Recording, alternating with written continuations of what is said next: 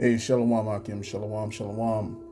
Kol Haloyim La, Alahaya Nawa, Yahweh Bahashem, Yahweh Shai Bahashem, Harakah Kodash. Double honors unto the apostles and the elders of Great Millstone who rule well and who teach well. Shalom to the Akim out there that's pushing the truth, that's laboring in the word, and that's pushing the gospel of the great kingdom that's soon to come. Shalom to the Akwath that's listening in, that's remaining true to the faith and remaining faithful and submissive to their husbands and guiding your children, and shalom to the hopeful elect of the 12 tribes that scattered abroad throughout the four corners of the earth. You Israelite foreigners out there who live among the heathen and who look like those heathen nations, but your lineage goes back to the progenitors of the 12 tribes of the nation of Israel through the line of your fathers. All right, I want to say peace and blessings to you all. Shabbat shalom. Okay. So I was listening to this it's like I was listening to this bit can't speak right now. Bear with me. I was listening to this video from the beloved elder Elder Malcolm, all right? And he's going into a video, all right, dealing with this clown, Vocab Malone, you know what I'm saying? And I was enjoying the video, and then he mentioned something very interesting. All right, very interesting when he came back from taking out his dog, and it sparked a lesson. You know what I'm saying? My spirit was stirred up from what he said, and I want to expound on that. I want to actually focus in on what he says right at this point. All right. And Lord willing, this isn't going to be a very long lesson, you know what I'm saying, at all. I just got a couple precepts.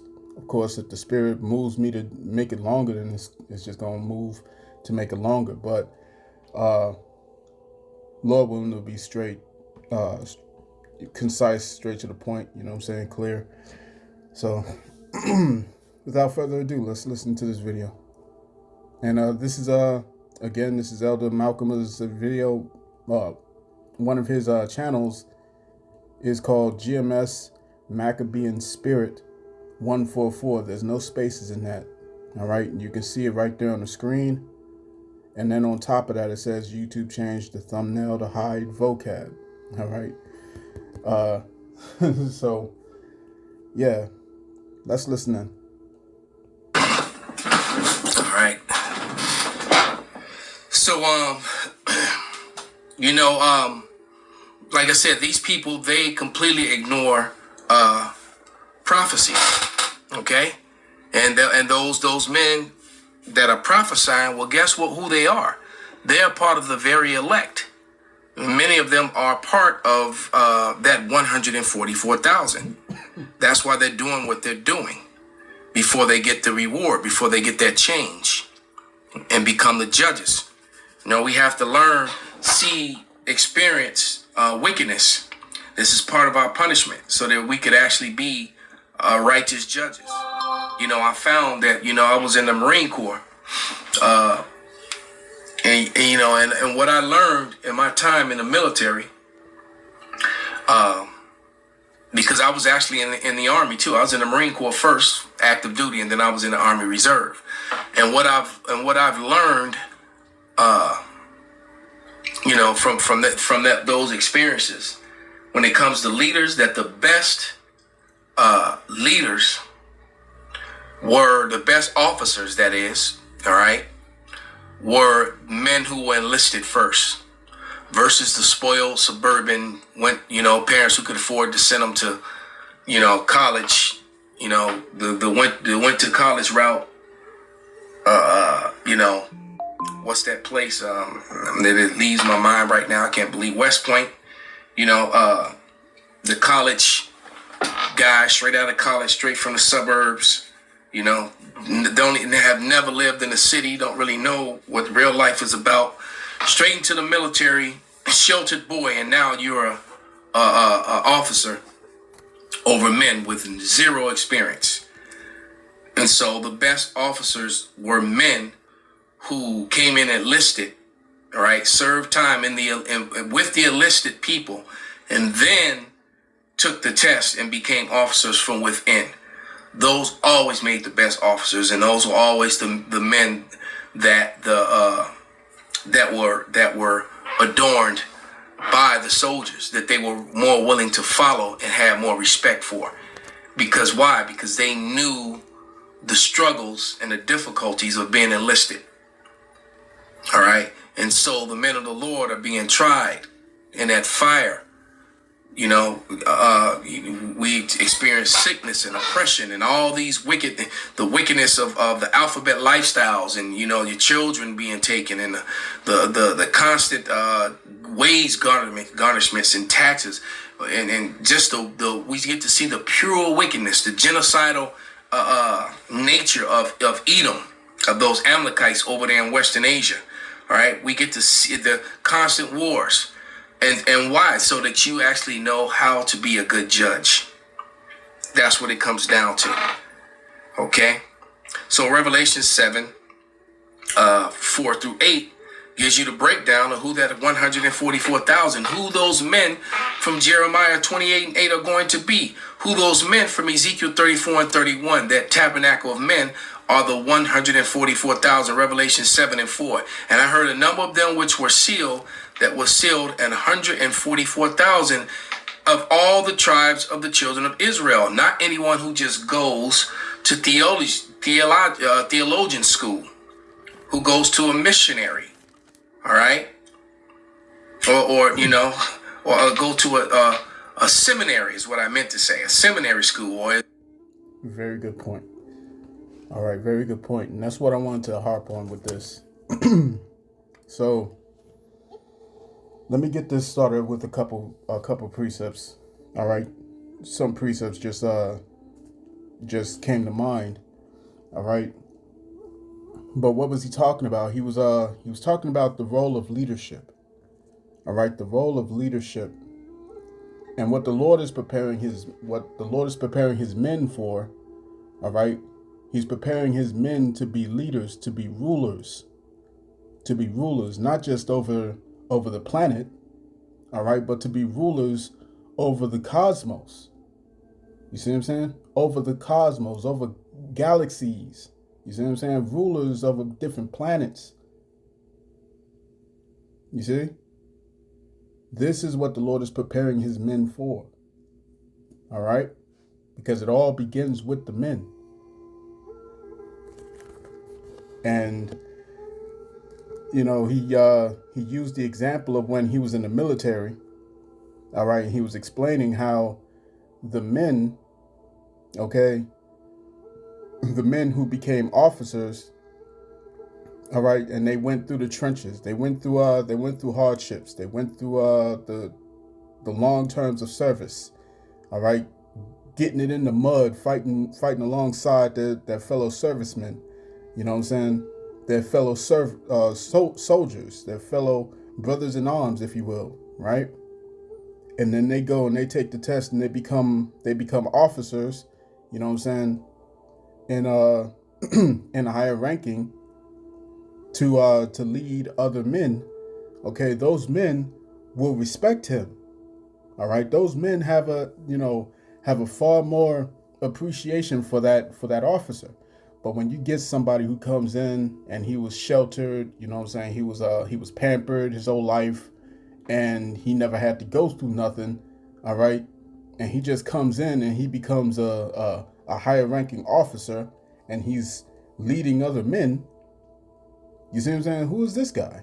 Nobody respects him, because you didn't come in this thing, you know what I'm saying, the hard knock way.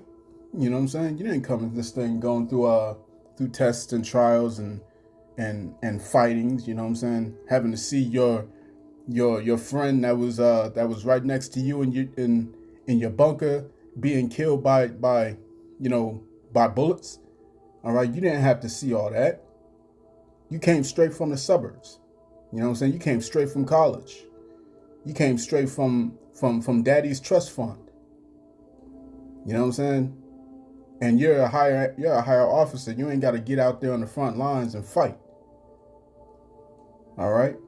But someone who has the scars, and earned his stripes and earned his stars, you know what I'm saying? All right, and didn't pay for it, he's more respected. All right. So I'm going to get this in the book of Ecclesiastes, chapter 7 and verse 1. It reads, a good name is better than precious ointment, and a day of death than the day of one's birth. All right. A good name, a good reputation. You see what I'm saying? A good reputation, man. One that is earned. All right. Trust is earned. It's not given. All right. Proverbs chapter 7 and verse 19. It reads, for the good man is not at home. He is gone on a long journey. All right. A long journey that comes with perils, that comes with comes with struggles. You know what I'm saying? Struggles, man. That's what builds wisdom. All right. That's what builds wisdom, what builds a prudent man. Okay? One whose senses are exercised. It comes through through time invested in struggles, man. You know what I'm saying? Time that's invested. Dealing with demons, man. Dealing with the type of situations and scenarios that can break a man. All right, that's what builds a person better. As a matter of fact, let me see. Let me go back to Ecclesiastes chapter 7. All right, I just read verse 1. Let me read it again. A good name is better than precious ointment, and the day of death than the day of one's birth. It is better to go into the house of mourning than to go to the house of feasting. For that is the end of all men, and the living will lay it to his heart. Sorrow is better than laughter, for by the sadness of the countenance, the heart is made better. All right, the heart is made better. Your fortitude, your mental fortitude is made stronger. All right, they have this saying. All right, they have the saying. Good times make weak men. Weak men make bad times. Bad times make strong men. Strong men make good times. All right. So let me go here. Let's go to 2nd Esdras chapter 7. All right, 2nd Esdras chapter 7, because like I said, the men of the Lord, all right, the elect in general, you know what I'm saying, beginning with the 144,000 men and the men of the elect, all right, we're being prepared, we're being made ready to be rulers, all right, to be rulers of the entire world, the entire galaxy, you know what I'm saying, and multiple galaxies, right? Like Yahushua said, I go to prepare a place for you. In my Father's house are many mansions. Right? So this is 2nd Esdras chapter 7, verse 6. There is also another thing. A city is builded and set upon a broad field, and is full of all good things. That's talking about the kingdom of heaven. All right? Which the kingdom of heaven will be here on earth. You see? The entrance thereof is narrow, and is set in a dangerous place to fall.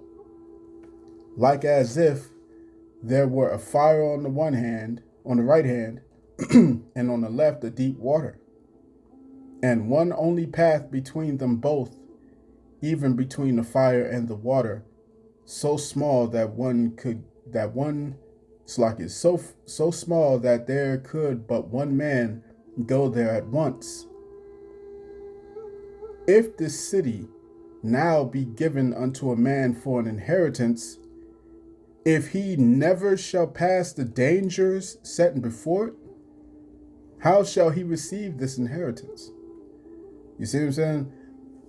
The Lord's system is far different than Esau's system. With Esau's system, it comes with swift gratification. All right, that's the whole point. The whole point of the system is to seek self-gratification quickly. But with the Lord, it's a slow simmer. You know what I'm saying? It's a slow cooking process. All right. Esau's system is the microwave. The Lord's system is the oven. You see? In Esau's system, get me to the prize quickly. But in the Lord's system, you don't rush perfection. All right?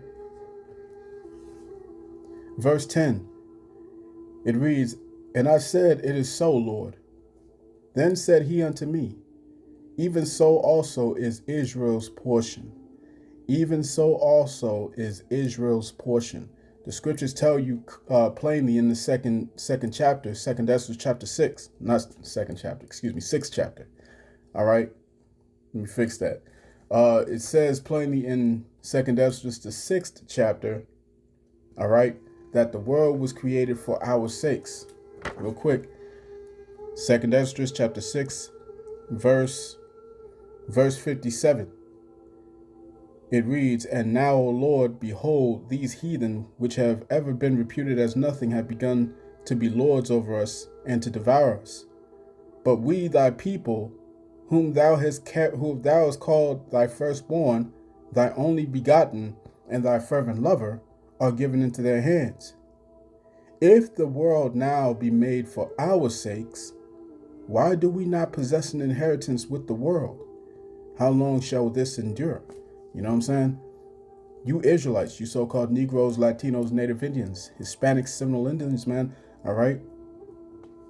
You are the ones who are set to rule this world, beginning with the elect of our people, as is written in Revelation chapter 7. All right? But we have to earn that. We don't get to just skate our way into the kingdom and into the rulership of the universe. No, we have to fight for that. We have to work for that. We have to earn that. You see what I'm saying? And that's exactly what the Lord is preparing us for. All right. When you think of all the things that we've gone through because of our disobedience. All right. When we had to go through, when the Southern Kingdom, all right, who came over here, brought over here from West Africa, all right, and the different parts of Spain and Portugal, okay, when they had to go into slavery, all right, and they had to go into captivity, and when you have our people from the northern tribes, so-called Latinos, Hispanics, Native Indians, having to go into captivity as well. All right, what is that? That was to prepare us, man. Like Elder Malcolm has said, we had to see the wickedness, man. We had to see what it was like to be treated the way that we was treated. You see what I'm saying? We have to look at what's going on over there in Gaza. We got to look at that. We have to see that. Because we are going to be the rulers. We're going to be the next rulers. We have to know how not to rule. We have to know how to treat the Lord's creation. When you look at the trees, all right, they don't blossom. When you look at the air, it's polluted. The water is tainted. The sea life is out of course. We know how not to rule. You see what I'm saying? We know why Leviticus, the 11th chapter, tells us what we can and can't eat. We know now why. We know why now. When you take all the oyster, you take all the clams and the shellfish, when you take all the lobsters and the crabs, all right, the ocean's natural recycling and trash management out of the ocean, what happens to the ocean? The ocean ends up tainted. The ocean ends up polluted. You see? But when you keep the natural filtration inside the waters become pure like crystals. You see? We was supposed to learn these principles so that we can be efficient rulers, the proper rulers. So back to 2 Ezra chapter 7. Let's go to verse, let me get verse 10 again. It reads, "And I said, It is so, Lord. Then said he unto me, Even so also is Israel's portion. Because for their sakes I made the world. And when Adam transgressed my statutes, then was decreed that now is done. Then were the entrances of this world made narrow, full of sorrow and travail." You see what I'm saying? When Adam had sinned after following his wife Eve, all right, what happened? The Lord said, "Cursed shall be cursed. You shall be you shall till the ground." You know what I'm saying? For your substance. You know what I'm saying? But before, everything was just given to us. Everything was just given to us. There was no need for us to go and hunt. There was no need for us to go and till the ground or nothing like that, man. We didn't have to do any of that. All right? We didn't have to do any of that. Before Adam sinned, he was immortal. Before Adam sinned, he was immortal. But when he sinned, the Lord said, "Surely shall death come upon thee." You see? And he was no longer immortal. And the same would happen to the rest of his descendants. All right, the sons of God through the lineage of Adam. So again, verse 12. "Then were the entrances of this world made narrow, full of sorrow and travail. They are but few and evil, full of perils and very painful. For the entrances of the elder world," the elder world is what's coming. All right, the kingdom of heaven, that's the elder world. All right, "For the entrances of the elder world were wide and sure, and brought immortal fruit." Oh, Salaki, I got that mixed up. Bear with me, Akim. All right, so let me fix that. Let me correct myself. "For the entrances of the elder world were wide and sure." All right, that's talking about the time of Eden. All right, the Garden of Eden. Salaki, that was a slip of the tongue. All right. So for the entrance of the elder world were wide and sure, and brought immortal fruit. Like I said, all right, Adam and Eve, they were immortals. Okay. Verse 14, "If then they that live labor not to enter these straight and vain things, they can never receive those that are laid up for them." All right. So what we have to do is what we have to go through is the witnessing of what evil is. Okay. To see what it felt like, to see what it tastes like, to see to see how it's operated. Evil and wickedness is operated in such a way that causes destruction to the entire ecosystem. Not just the inhabitants thereof, but the ecosystem itself. All right? There was a study that was done. And a study in this it was in this one forest. Right? It was in this one forest, and the ecosystem was just fine. What the scientists decided to do was to take away all the wolves. All right, when they took away all the wolves from that forest, the ecosystem was collapsing. The ecosystem began to collapse because just one of the natural predators was taken out of that ecosystem. It was so effective to the point where even the fishes were negatively affected. The fishes inside the rivers negatively affected, all because of the wolves being taken out of the forest. You see what I'm saying? That goes to show that there was an intricate system, all right, that's perpetual, all right, and it fixes itself. When you look at the human body is designed to repair itself. And if it's having trouble doing that, then the Lord put medicines in the earth, all right? The different herbs that you can eat that strengthens the body's immune system, so on and so forth. This ain't medical information or anything, but I'm just saying what it is, all right? And so the Lord is preparing his the elect of the nation of Israel to be the rulers of this new world. All right, this new system that's coming under our Lord Yahweh Shai HaMashiach. All right.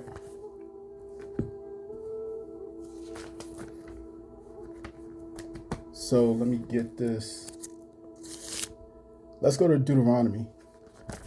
All right, Deuteronomy chapter 17. And just like that, I'm already close to 30 minutes. All right, Deuteronomy chapter 17 and verse 15. All right, Deuteronomy chapter 17, verse 15, because going to the point that Elder Malcolm had made, he said that when it was a soldier from among their own ranks who had taken their own test, taken the test to become an officer, all right, the soldiers that were underneath him respected him more because he came from among them. You know what I'm saying? But someone who wasn't from that platoon or wasn't from that office or anything like that, you know what I'm saying, from among the grunts as they call them, you know what I'm saying?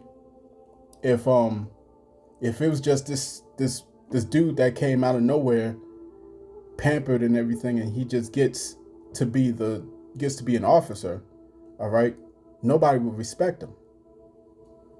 Okay, it's essentially the same scenario when it comes to the Israelites, having someone to rule over them. So Deuteronomy chapter 17, verse 15. Thou shalt in any wise set him king over thee, whom the Lord thy power shall choose. One from among thy brethren shalt thou set king over thee. One from among thy brethren, all right, shalt thou set king over thee. Thou mayest not set a stranger over thee, which is not thy brother. All right? Why? Because this person doesn't know what you go through. This other nation of people, they don't know what you struggle with. All right? They don't know what customs you have. All right? And so what? The ecosystem starts to fall apart. All right? So let's go to Matthew.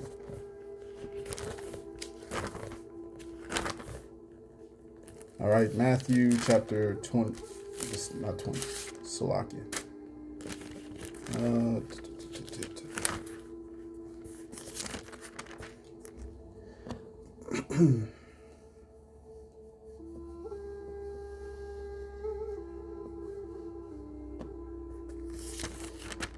So this is Matthew chapter 19. And let me start at verse 16. It reads, And behold, one came and said unto him, Good master, what good thing shall I do that I may have eternal life? All right. And I liken this rich man to that pampered individual who came from the suburbs. All right. And just paid his way to become a high-ranking officer. You know what I'm saying? That's what I thought about when I was listening to Elder Malcolm, you know what I'm saying, explain this scenario in the military. Right? So again, it reads, And behold, one came and said unto him, Good master, what good thing shall I do that I may have eternal life? Verse 17, And he said unto him, Why callest thou me good? There is none good but one, that is the Heavenly Father, our power, Yahweh. But if thou wilt enter into life, keep the commandments. He said unto him, which? And Yahweh Shai said, Thou shalt do no murder. Thou shalt not commit adultery. Thou shalt not steal. Thou shalt not bear false witness. Honor thy father and thy mother, and thou shalt love thy neighbor as thyself. All right? And when it's talking about neighbor, it's talking about a fellow Israelite. And it reads, verse 20, The young man said unto him, All these things have I kept from my youth up. What lack I yet? Yahweh Shai said unto him, If thou wilt be perfect, go and sell that thou hast, and give to the poor, and thou shalt have treasure in heaven, and come and follow me. But when the young man heard that saying, he went away sorrowful, for he had great possessions. All right. Verse 23. Then said Yahweh Shai unto his disciples, Verily I say unto you, that a rich man shall hardly enter into the kingdom of heaven. All right. Verse 24. And again I say unto you, it is easier for a camel to go through the eye of a needle than for a rich man to enter into the kingdom of our power. All right. So, you know, this is talking about the act of humbling yourself. All right. The act of humbling yourself. When you look at the situation that Elder Malcolm had gave concerning the pampered fellow that came and became a high-ranking officer, all right, he didn't go through the trenches. He didn't go through the struggles. You see what I'm saying? What was Yahweh Shai telling the rich man to do? He was telling him to sell all you got and become broke. Become a broke dusty, as these chicks will call you, right? These chicks will call you a broke dusty. Well, that's essentially what Yahweh Shai was. All right. And Yahweh Shai was telling this rich man to become just like him. All right. And who's willing to do that today? All right. Who would do all that? Who would sell their goods and their possessions, especially if they got a lot? Especially if they have a lot, and then give it to a bunch of poor people with no reward in exchange, except for the one that you can't see. All right. This is why faith is so important. You see what I'm saying? Because the more wealth you have, the more reluctant you are to let go of that wealth. All right. Well, this is what the elect of the nation of Israel, all right, beginning with the 144,000, this is what we're being groomed for. And Lord will not be among that number. You know what I'm saying? This is what the elect are being groomed for. Going through these hardships, going through these struggles, man. So we can reign along with our Lord, Yahweh Shai. You see what I'm saying? So that's pretty much it. All right. Just want to touch on that. I pray the lesson has been edified to the elect of the nation of Israel. All right. This has been your brother Zakaria Allah, branched out here in Williamsport, Pennsylvania. In closing, I want to give all praise, honor, and glory to Yahweh, Bahashem, Yahweh Shai, Bahashem, Rakha Kodash. Double honors to the apostles and the elders of Great Millstone who rule well and who teach well. Peace and blessings to the hopeful elect. Shalom.